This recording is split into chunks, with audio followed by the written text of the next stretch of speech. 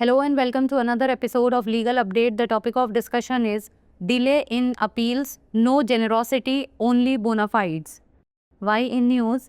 Recently, the Supreme Court of India in the case Thirunagalingam versus Lingeshwaran and others outturned the Madras High Court's decision to condone a 1116-day delay in filing an appeal against an ex parte decree. Background of the case: the case involved an appeal against an ex parte decree passed in favor of the respondent, which became final after being dismissed by the Supreme Court in a separate proceeding. The respondents failed to file an appeal in time and sought to condone a 1116-day delay. The Madras High Court condoned the delay, allowing the appeal to be filed despite the significant delay.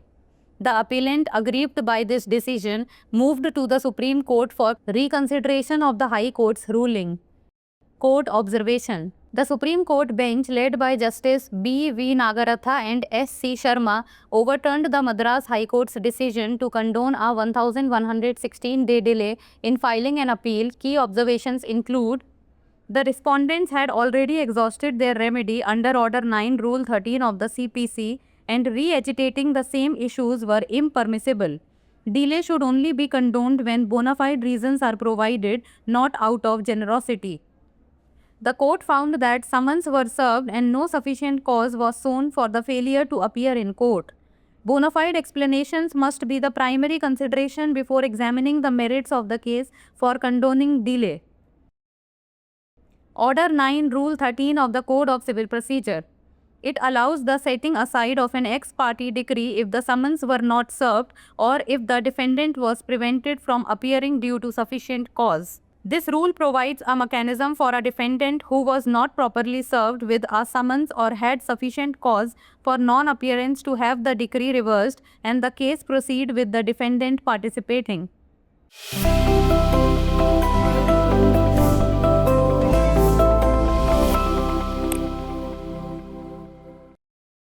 Now it's time for the practice question. Which provision of the CPC allows a litigant to file an appeal against an ex parte decree? Section 96 Clause 2, Section 97, Order 9, Rule 13 or Section 100? Send the answer of this question in the comment below. That's all for today. Thank you so much for watching.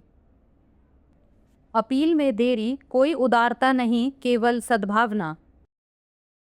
चर्चा में क्यों?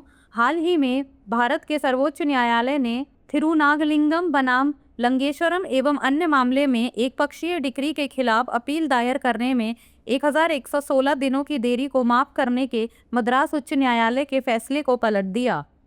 मामले की पृष्ठभूमि: यह मामला प्रतिवादी के पक्ष में पारित एक पक्षीय निर्णय के विरुद्ध अपील से संबंधित था, जिसे सर्वोच्च न्यायालय द्वारा एक अलग कार्यवाही में खारिज कर दिए जाने के बाद अंतिम निर्णय मान लिया गया। प्रतिवादी समय पर अपील दायर करने में असफल रहे तथा 1116 दिन की देरी को माफ करने की मांग की। मद्रास उच्च न्यायालय ने देरी को माफ कर दिया तथा काफ़ी देरी के बावजूद अपील दायर करने की अनुमति दे दी। अपीलकर्ता, जो इस निर्णय से असंतुष्ट था, उच्च न्यायालय के निर्णय पर पुनर्विचार के लिए सर्वोच्च न्यायालय में गया। न्यायालय की टिप्पणी: जस्टिस B.V. नागरथा और S.C. शर्मा की अगुवाई वाली सुप्रीम कोर्ट की बेंच ने अपील दायर करने में 1116 दिन की देरी को माफ करने के मद्रास हाई कोर्ट के फैसले को पलट दिया। मुख्य टिप्पणियों में शामिल है: प्रतिवादियों ने CPC के आदेश 9 नियम 13 के तहत अपना उपाय पहले ही समाप्त कर लिया था और उन्हीं मुद्दों को फिर से उठाना अस्वीकार्य था। देरी को केवल तभी माफ किया जाना चाहिए जब वास्तविक कारण बताए जाएं, उदारता से नहीं।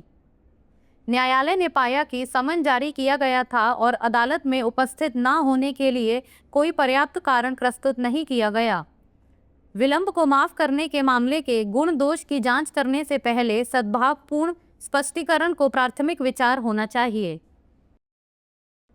सिविल प्रक्रिया संहिता का आदेश 9 नियम 13 यह एक पक्षीय निर्णय को रद्द करने की अनुमति देता है यदि समन नहीं भेजा गया हो या यदि प्रतिवादी किसी पर्याप्त कारण के उपस्थित होने से रोक दिया गया हो। यह नियम ऐसे प्रतिवादी के लिए एक तंत्र प्रदान करता है जिसे समन उचित रूप से नहीं दिया गया था या जिसके पास उपस्थित न होने का पर्याप्त कारण था, ताकि डिक्री को उलट दिया जा सके और प्रतिवादी की भागीदारी के साथ मामला आगे बढ़ सके। अब बारी है अभ्यास प्रश्न की। सीपीसी का कौन सा प्रावधान किसी वादी को एक पक्षीय डिक्री के विरुद्ध अपील दायर करने की अनुमति देता है? धारा 96(2), धारा 97, आदेश 9, नियम 13 या धारा 100? आप इस प्रश्न का उत्तर कमेंट सेक्शन में दे सकते हैं। आज के लिए इतना ही, धन्यवाद।